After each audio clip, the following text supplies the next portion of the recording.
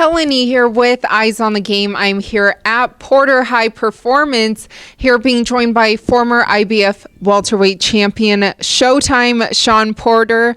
Always great to see you. Now, you just finished practice, but I have to say, there's been a lot going on as far as you and Andre Berto. I want to see how far have the discussions come so far? Discussions go way back, as far as I know, to November, when we were really trying to make a fight with him for this month, and that never happened. Did an interview with Ellie Sightback at Mayweather's gym last week, I believe it was, and he told me that Mayweather said he would like to fight you, or Andre Berto says he would like to fight you. And I said, "Oh, really?" I said, "Well, let's make it happen." So I reached out to him actually on FaceTime in the moment, and then once again on Twitter. So right now we're just, like he said, waiting on the business and waiting on our respective handler to handle the business. When do you think it will be all set in stone? I would love to make the fight happen. At this point in time, I can tell you that it's definitely going to happen. A fight that I would love to happen anywhere from March to early April. As you can see, I train nonstop, so it doesn't take me much time to get ready. And from what I hear, he's been training as well. So if we can make that fight happen in March, let's make it happen in March. If not, as soon as possible.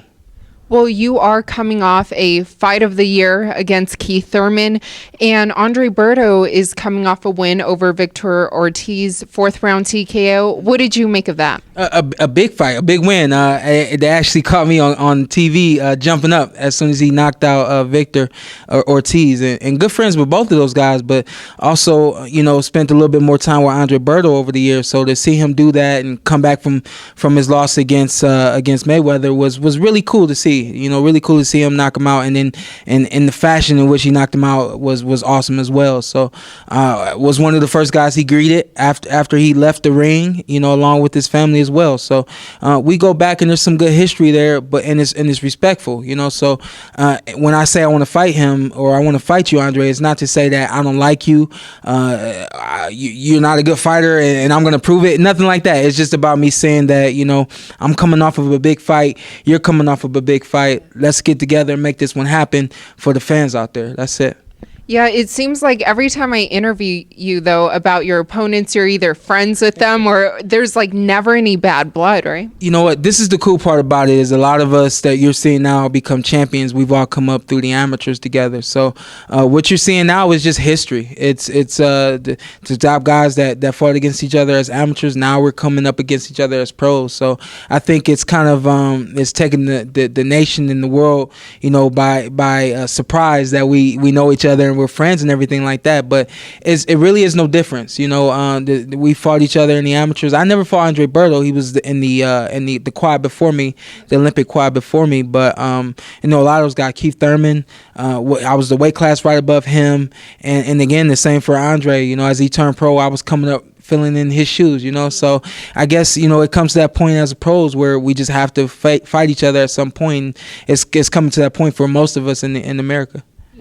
Well, was Errol Spence ever a name that was thrown out there to you at all? Errol was never a name that was thrown out to me, and again, another kid that even my dad trained in the amateurs, not necessarily trained, but took him on some international tournaments. So, and he's right along in that mix too, as far as a contender and someone who will be a world champion soon. So another fighter I would love to face one day.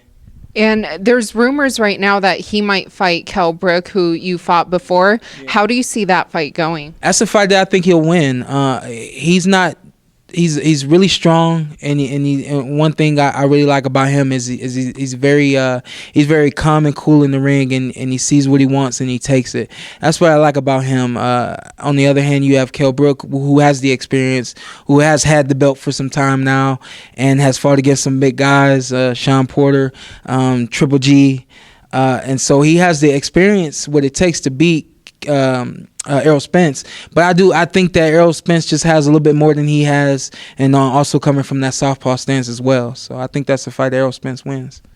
And also, you always mention, Keith Thurman, obviously the last fight, a very memorable fight for a lot of boxing fans and everyone that watched. So Keith is fighting Danny Garcia. How do you see their fight going? Because I know you spoke about maybe a possible rematch between you and Keith. Would love to fight Keith. As soon as he's done with this fight, I'd love to fight Keith. I think that both of us, we did everything that we could do to win that fight, and we both did an absolute fantastic job that night, and he got the win that night. So I would definitely love that fight.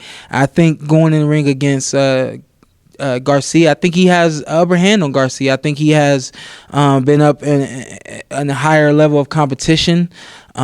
He's stronger, I believe, than Garcia, and I think that his team will develop a game plan that will be someone that is really solid in terms of going up against Garcia in his camp. I think that that Keith Thurman's camp, they'll figure it out, and they'll give Garcia his first loss.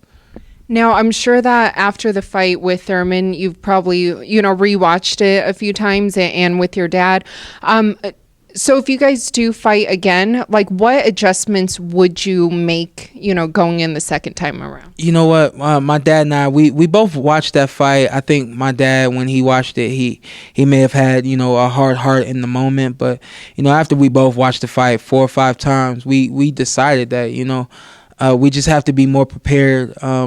I have to keep my hands up and not get hit with as many clean shots as I got hit with.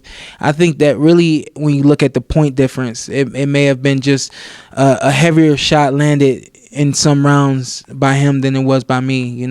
I controlled the fight. I controlled the action. I controlled the ring, the work rate, everything. I controlled it all. But I think, I left some questions during some rounds, and a big case of that was, not necessarily losing focus, but just, getting caught in the moment, where I'm seeing one thing and then, my hands down a little bit and I get caught, So I think that's one thing we would really work on is the defense, making sure that is perfected before we get back in the ring with Keith Thurman.